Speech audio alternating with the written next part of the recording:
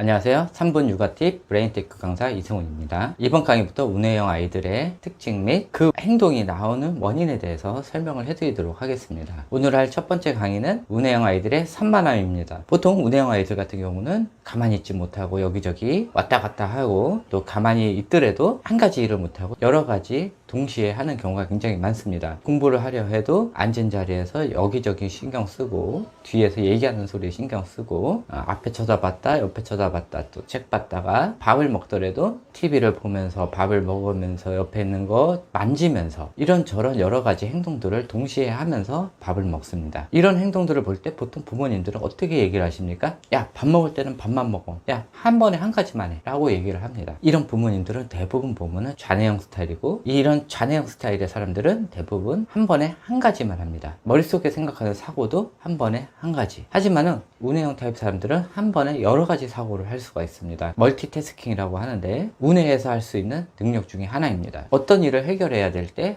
한 번에 한 가지를 생각해서 분석을 하는 것이 아니라 여러 개의 상황을 놓고 한 번에 동시에 생각을 할 수 있는 이런 능력을 가지고 있는 게 운해 타입입니다. 운해 타입 사람들이 머릿속에서 생각하는 이 사고가 실생활에서 나타나게 되는데 이것들이 산만함으로 나오게 됩니다. 이것은 당연한 것입니다. 특히 운해 아이들 같은 경우는 여러 개의 정보를 동시에 받아야 되는 이 운해가 너무 활성화가 되기 때문에 이렇게 산만함이 당연한 것입니다. 그런데 좌뇌형 부모님들은 이런 산만함을 눈으로 보는 것조차 굉장히 불편해합니다. 본인이 불편하기 때문에 아이를 못하게 합니다. 아이를 못하게 하는 것은 아이의 생각하는 능력, 여러 개의 멀티태스킹 능력을 억제하는 운해형 아이들만의 능력을 없애는 이런 행위입니다. 운해형 아이들이 여러 개의 행동을 하는 것들, 이런 것들은 멀티태스킹 능력, 분산력 이런 것들이고 이 분산력과 멀티태스킹 능력은 나중에 아이가 어떤 거에 대해서 관심 있는 것을 할 때 이것들이 한 번에 모이면서 좌뇌 사람들의 약 800% 이상의 여러 가지 능력을 발휘하게 되는데 여러 개를 하는 이 능력이 단 1분, 2분 정도 집중력만 늘면은 아이가 예를 들어서 8개의 일을 동시에 한다고 하면은 8개 곱하기 1분만 늘어도 약 8분 정도의 집중력 시간이 늘어나고 성인이 돼서 10분 정도의 시간을 늘리게 되면은 8개 동시에 사고를 한다 그러면은 약 80분 정도의 집중력 시간이 늘게 됩니다. 그러니까는 이 여러 개를 한다는 것은 옆에서 보기에는 불편할 수도 있지만은 이것은 운해 사람들이 가지고 있는 이 사고의 능력입니다. 하지만은 왔다 갔다 하면서 정신없이 하는 것들은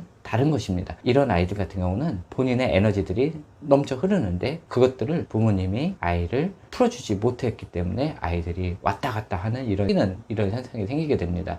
아이들이 본인의 에너지를 다 쏟을 수 있게끔 같이 놀아주고 머리를 쓰는 두뇌 훈련들을 해주게 되면은 아이들이 일찍 자고 이 열량들을 다 소비를 못하면은 그게 스트레스 작용으로 남게 됩니다. 특히 공공장소에서 아이들이 뛸 때는 이거는 제지를 해주시고 집에 가서 그만큼의 에너지를 부모님이 쏟아 주셔야 됩니다. 이 분산력과 멀티태스킹 능력에 대해서는 이 다음 강의에 바로 이어서 해드리도록 하겠습니다. 결론은 아이들의 산만함은 멀티태스킹 사고 능력을 늘리고 여러 가지 일을 동시에 할 수 있는 능력들을 키우면서 생각하는 능력을 키우는 이런 작업이고 산만함이 많으면 많을수록 아이들의 사고력, 생각하는 능력 이런 것들이 많이 발달되어 있는 상태이기 때문에 이거에 대해서 한번 알아두시고 한 번에 한 가지 일을 하게 하는 이런 좌뇌형 방식은 아이가 어렸을 때는 부모님이 육아를 할 때 조금 참아주시고 아이가 너무 산만하거나 아니면은 가만히 있지 못하거나 이랬을 때는 약간 옆에서 도와주시는 것이 더 좋습니다. 이것으로 아이의 산만함에 대해서 알아봤고요. 궁금하신 점은 밑에 댓글에 남겨주시기 바랍니다. 제 강의가 좋았다면 구독과 좋아요